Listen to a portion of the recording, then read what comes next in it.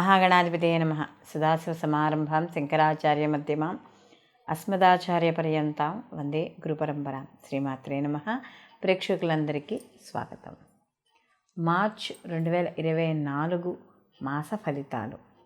ద్వాదశ రాశుల వారికి నవగ్రహ సంచారాలను అనుసరించి శుభాశుభ ఫలితాలు ఏ విధంగా ఉంటాయి, అలాగే వీళ్ళు ఎటువంటి పరిహారాలు చేసుకోవాలి, లేదా ఎటువంటి స్తోత్రాలు నియమాలు పాటించాలి, అలాగే వీళ్ళు తీసుకోవాల్సిన జాగ్రత్తలు ఏమిటి, అలాగే వీళ్ళు ఏదైనా ఒక పనిని మొదలు పెట్టాలంటే వీళ్ళకి ఎటువంటి సమయం మంచిది, ఈ సమయం మంచిది అవునా కాదా, ఇలాంటి విషయాలన్నీ కూడా ఇప్పుడు మనం తెలుసుకుందాం. అలాంటి విషయాలు తెలుసుకునే ముందుగా గ్రహస్థితి కానీ ఈ మాసంలో చూసుకుంటే 15 తారీఖు నుండి, అంటే ఇక్కడ మనకి మార్చి 15న కుజుడు మకరం నుండి కుంభంలోకి ఆయన సంచారం చేయడం అనేది జరుగుతుంది. అలాగే 14వ తారీఖున రవి కూడా కుంభంలోంచి మీనంలోకి, అలాగే గురువు మేషంలోను, రాహు వచ్చి మీనంలోను, కేతువు కన్యలోను, బుధుడు 7వ తారీఖున మీనంలో ఉండి, అంటే అంతకు ముందర ఉన్న ఏదైతే బుధుడు ఉన్నాడో కుంభంలో ఉన్న బుధుడు 7వ తారీఖున మీనంలోకి వెళ్ళి అక్కడ నుండి 25 తారీఖు మార్చున ఆయన మేషంలోకి సంచారం చేయడం అనేది జరుగుతుంది. అలాగే శుక్రుడు కూడా మార్చి 7వ తారీఖున కుంభంలోను, తదనంతరం ఆయన అంటే ఇక్కడి నుంచి ఆయన కుంభంలోకి సంచారం చేయడం అనేది జరుగుతుంది.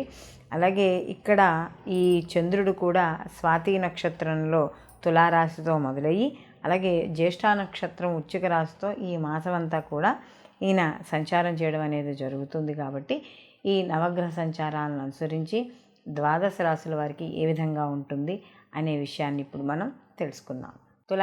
తులారాశిలోకి చిత్త 3-4 పాదాలు, స్వాతి 1, 2, 3, 4 పాదాలు, అలాగే విశాఖ 1, 2, 3 పాదాలు తులారాశిలోకి వస్తాయి. తులారాశికి రాశాధిపతి అయిన శుక్రుడు వీళ్ళకి ఈ యొక్క అంటే ఈ శుక్రుడు వచ్చి వీళ్ళకి దీంట్లో సంచారం చేయడం, అంటే కుంభంలో సంచారం చేయడం, తదనంతరం ఆయన మాసాంతానికి మీనంలోకి ప్రవేశించడం అనేది జరుగుతుంది.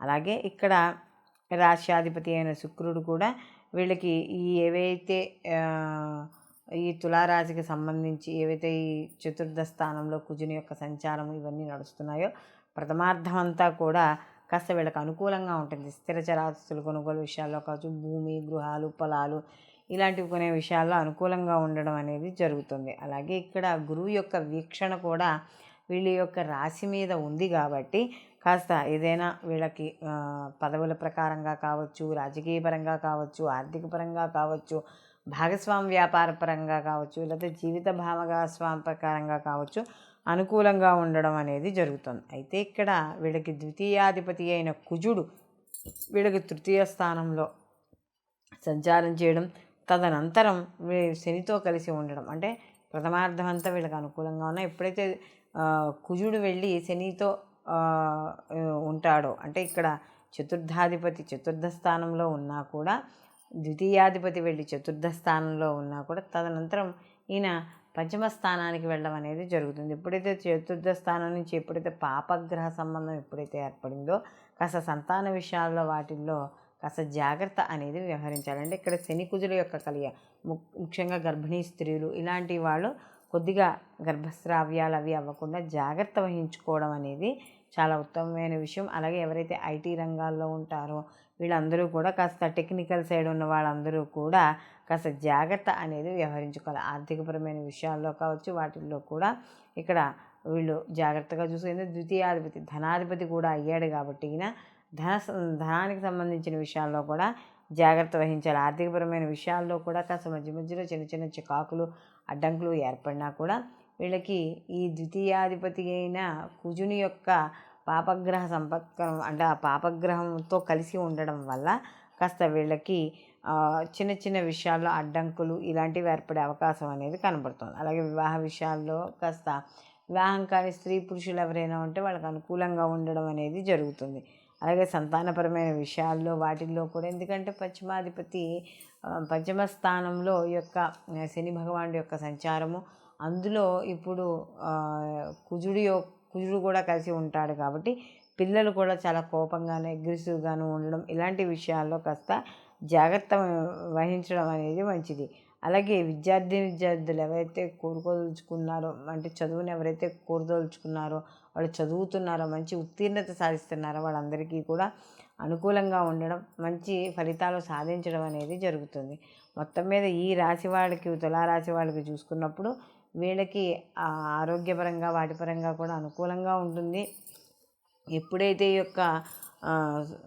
యొక్క కుజుని యొక్క మార్పు ఎప్పుడైతే పంచమ స్థానంలోకి జరుగుతుందో కొంచెం వీళ్ళకి కాస్త అనుకూలంగా ఉండడం, శుక్రుడు కూడా కాస్త వీళ్ళకి ఈ యొక్క చతుర్థ స్థానంలో సంచారం వల్ల కాస్త ఆర్థికపరమైన లాభాలు కూడా వీళ్ళు చవి చూడడం అనేది జరుగుతుంది. వీళ్ళు మరిన్ని మంచి ఫలితాలు పొందడానికి వీరు ప్రతిరోజు కూడా కనకదార స్తోత్రం పారాయణ చేసుకోవడం, తెల్లటి పూలతో అమ్మవారిని అర్చన చేయడం ద్వారా మరిన్ని మంచి ఫలితాలు పొందడం అనేది జరుగుతుంది.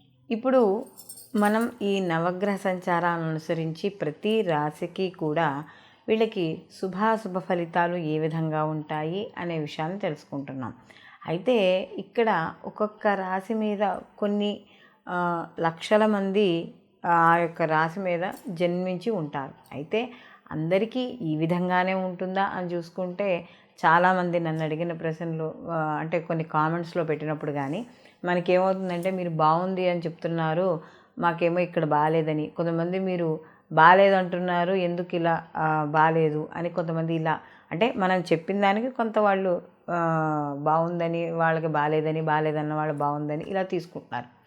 ఇక్కడ విషయం ఏంటంటే, గోచారంలో ఈ యొక్క స్థితి ఏదైతే ఉందో, గ్రహాల యొక్క స్థితి ఏదైతే ఉందో అది 30% మాత్రమే ఫలితాలను ఇవ్వడం అనేది జరుగుతుంది.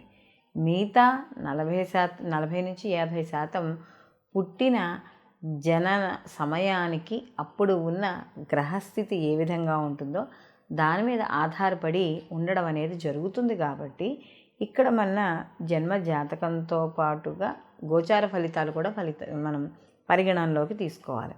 ఇక్కడ మనకి ఇంకొక విషయం ఏమిటంటే, మనం పుట్టిన సమయానికి గ్రహస్థితులు, వాటి వీక్షణ ఎన్ని డిగ్రీల మీద ఉన్నాయి, శుభగ్రహ వీక్షణ ఉందా లేదా, జరుగుతున్న మహర్దశలు ఏమిటి, అంతర్దశలు ఏమిటి, ఇవన్నీ చూసుకుంటూ, అలాగే గోచారంలో కూడా మనకి ఒక్కొక్క గ్రహం మారుతున్నప్పుడు ప్రతి గ్రహము కూడా ఈ 12 రాశుల్ని చుట్టి వస్తుంది. మారుతున్నప్పుడు ఒక్కో గ్రహము ఆ సమయానికి శుభ ఫలితాలను ఇస్తుంటే ఇంకొక 2-3 గ్రహాలు కొంత అశుభ ఫలితాలను ఇస్తాయి. అప్పుడు మిక్స్ అయినప్పుడు ఏమవుతుందంటే శుభాశుభ ఫలితాలు అనేవి సమానంగా ఉండడం అనేది జరుగుతుంది. ఒక్కొక్కసారి గ్రహాల యొక్క అనుకూలత కూడా చాలా తక్కువగా ఉండడం అనేది జరుగుతుంది గోచారంలో.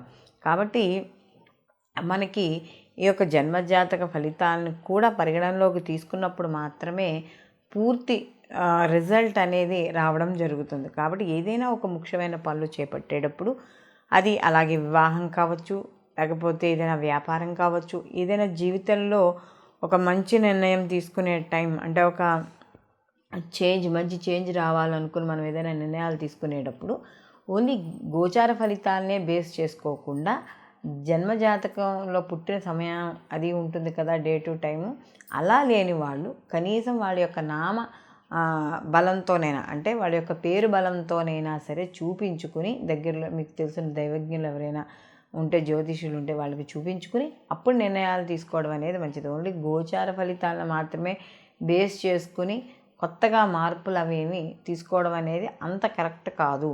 కాబట్టి దీంతోపాటు అవి కూడా చూసుకోవాలి. కాబట్టి దీనికి తగ్గ పరిహారాలు కూడా పాటించాలి. అవి పూజలు అవ్వచ్చు, హోమాలు అవ్వచ్చు, లేకపోతే మీరు చేసుకునే వ్యక్తిగతంగా మీకు చెప్పే ఏదైనా రెమెడీస్ కావచ్చు, ఏవైనా సరే కొంత దైవబలం ద్వారా కూడా ఈ మనకి జాతకంలో ఉండే వ్యతిరేకతలను కానీ, లేకపోతే మనకు ఉండే అప్పుడున్న పరిస్థితిగతుల వల్ల మనకు వచ్చే సమస్యల నుండి కానీ మనం బయటపడడం అనేది జరుగుతుంది. సర్వేజన సుఖినో భవంతు, లోక సంస్థ సుఖినో భవంతు.